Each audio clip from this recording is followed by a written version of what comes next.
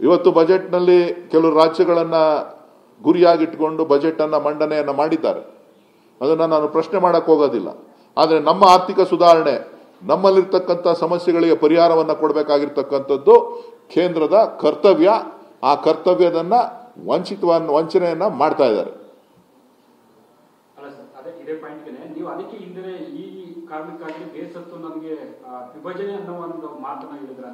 ಅಲ್ಲ, ನಾನು ವಿಭಜನೆ ಅಲ್ಲ, ಈ ದೇಶದ ಜನ, ಈ ದಕ್ಷಿಣ ಭಾರತದ ಜನ ಬಯಸ್ತಾ ಇದ್ದಾರೆ. ಮುಂದಿನ ದಿನಗಳಲ್ಲಿ ಈ ತರದ ಅನ್ಯಾಯಗಳು ಇದೇ ರೀತಿ ಮುಂದುವರಿತು ಅಂತ ಅಂದ್ರೆ ಏನ್ ಬೇಕಾದ್ರೂ ಕೂಗಿ ಎದೊಳ್ಬಹುದು. ಹಿಂದೆ ತಮಿಳುನಾಡಲ್ಲಿ ಬಹಳಷ್ಟು ದಿನ ನಡೀತಾ ಇದೆ, ಇದು ಮತ್ತೆ ಕೇಳಬೇಕಾಗ್ಬೋದು. ಇದರಲ್ಲೇನು ಯಾರ ಹತ್ರ ಭಿಕ್ಷೆ ಏನ್ ಕೇಳ್ತಾ ಇಲ್ಲ. ನಮ್ಮ ತೆರಿಗೆ ಹಣ ನಮ್ಮ ಹಕ್ಕು.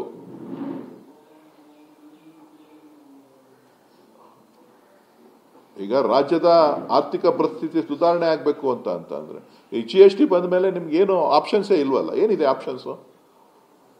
ಅವ್ರು ಕೊಟ್ಟಿದ್ದನ್ನು ನೀವು ಇಸ್ಕೋಬೇಕು. ಅವ್ರ ಕಿಟ್ಟಿಗೆ ಹೋಗುತ್ತೆ, ಅವ್ರ ಖಜಾನೆಗೆ ಹೋಗುತ್ತೆ, ಅವ್ರ ಖಜಾನೆಗೆ ಹೋಗೋದು, ಅವ್ರ ಖಜಾನೆಗೆ ಹೋಗುತ್ತೆ, ಇವ್ರ ಖಜಾನೆ, ಅಲ್ಲಿಂದ ಏನ್ ಬರುತ್ತೆ ಅದನ್ನು ಕೇಳಬೇಕು ಅಷ್ಟೇನೆ.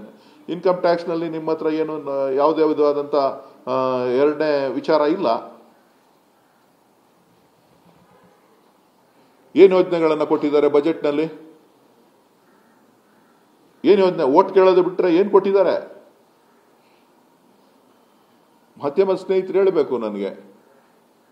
ಓಟ್ ಕೇಳೋದನ್ನ ಬಿಟ್ರೆ ಕರ್ನಾಟಕದಕ್ಕೆ ಬಜೆಟ್ ನಲ್ಲಿ ಏನ್ ಕೊಟ್ಟಿದ್ದಾರೆ? ನೀರಾವರಿ ಸಮಸ್ಯೆಗಳ ಬಗ್ಗೆ ಚಕಾರ ಎತ್ತಿದಾರಾ? ಉದ್ಯೋಗ ಸೃಷ್ಟಿ ಬಗ್ಗೆ, ಕರ್ನಾಟಕದ ಉದ್ಯೋಗ ಸೃಷ್ಟಿ ಬಗ್ಗೆ ಚಕಾರ ಎತ್ತಿದಾರಾ? ಬೆಂಗಳೂರಿನ ಟ್ರಾಫಿಕ್ ಸಮಸ್ಯೆಗೆ ಪರಿಹಾರ ಕೊಡೋದಕ್ಕೆ ಚಕಾರ ಎತ್ತಿದಾರಾ? ಏನ್ ಹೇಳಿದ್ದಾರೆ? ಏನು ಹೇಳಿಲ್ವಲ್ಲ. ಸೊ ಒಟ್ಟಾರೆ ಕಣ್ಣೊರೆಸುವ ತಂತ್ರ ಇವತ್ತು ಕರ್ನಾಟಕದ ಕಾಂಗ್ರೆಸ್ ಸರ್ಕಾರದ ಮೇಲೆ ಗೂಬೆ ಕುಂಡಿಸ್ಲಿಕ್ಕೋಸ್ಕರ ನಿರ್ಮಲಾ ಸೀತಾರಾಮನ್ ಬಂದು ಪತ್ರಿಕಾಗೋಷ್ಠಿಯನ್ನ ಮಾಡೋಗಿದ್ದಾರೆ ವಿನಃ ಕರ್ನಾಟಕಕ್ಕೆ ಅವರಿಂದ ಆಗ್ತಾ ಇರ್ತಕ್ಕಂಥ ಕೊಡುಗೆ ಶೂನ್ಯ. ಅವರು ಏನಿದ್ರು ಗುಜರಾತ್ಗೆ ಋಣ ತೀರಿಸುವಂತ ಕೆಲಸ, ಉತ್ತರ ಭಾರತಕ್ಕೆ ಋಣ ತೀರಿಸುವಂತ ಕೆಲಸ ಮಾಡ್ತಾ ಇದ್ದಾರೆ. ನಮ್ಮ ಬೆಂಗಳೂರಿಗಾಗ್ಲಿ ಕರ್ನಾಟಕಕ್ಕಲ್ಲ.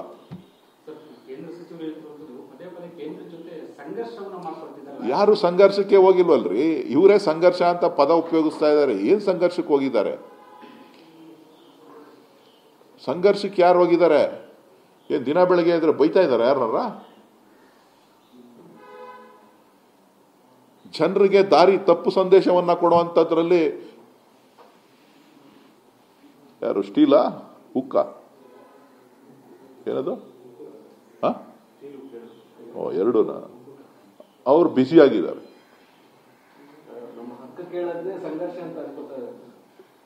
ನಮ್ಮ ಹಕ್ಕನ್ನ ಪ್ರತಿಪಾದನೆ ಮಾಡಿದ್ರೆ ಪ್ರಾದೇಶಿಕ ಪಕ್ಷಗಳಿದ್ರೆ ಮಾತ್ರ ಕರ್ನಾಟಕ ಉದ್ಧಾರ ಆಗ್ತದೆ ಎಂದವರು ಪ್ಲೇಟೇ ಚೇಂಜ್ ಮಾಡ್ಬಿಟ್ಟವ್ರೆ.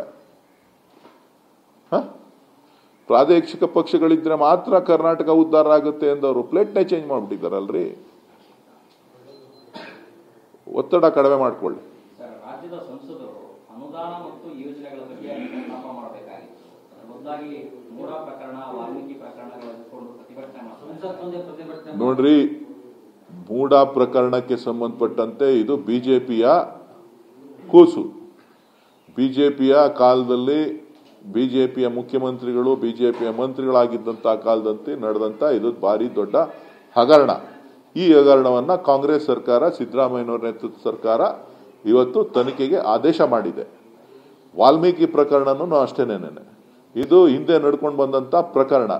ಇದು ಸರ್ಕಾರಕ್ಕೆ ಗೊತ್ತಾದ ತಕ್ಷಣನೇ ಇವತ್ತು ಅದನ್ನ ತನಿಖೆಗೆ ಆದೇಶ ಮಾಡಿ ಹಣ ರಿಕವರಿ ಮಾಡ್ತಾ ಇದ್ದಾರೆ.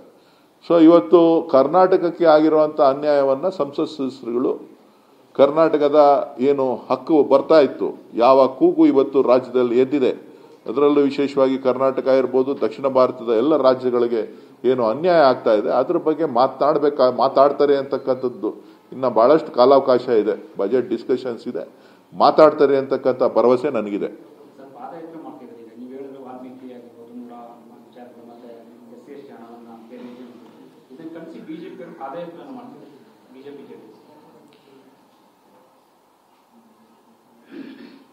ಕ್ರಿಯಾತ್ಮಕವಾಗಿ ಒಂದು ವಿರೋಧ ಪಕ್ಷವಾಗಿ ಕೆಲಸ ಮಾಡಲಿ.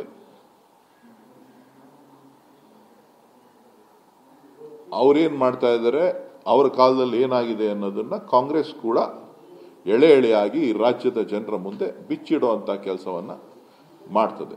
1400 ಸೈಟ್ಗಳ ಪ್ರಕರಣ ಏನಿದೆ, 1400 ಸೈಟ್ಗಳು ಯಾರ್ಯಾರ ಕಾಲದಲ್ಲಿ ಯಾರ್ಯಾರು ಕೊಟ್ಟಿದ್ರು, ಯಾರ್ಯಾರು ಕೊಟ್ಟಿದ್ದಾರೆ ಅನ್ನೋದನ್ನು ಕೂಡ ಎಳೆ ಎಳೆಯಾಗಿ ಬಿಚ್ಚಿಡುವಂಥ ಕೆಲಸ ಕಾಂಗ್ರೆಸ್ ಪಕ್ಷ ಮಾಡ್ತದೆ.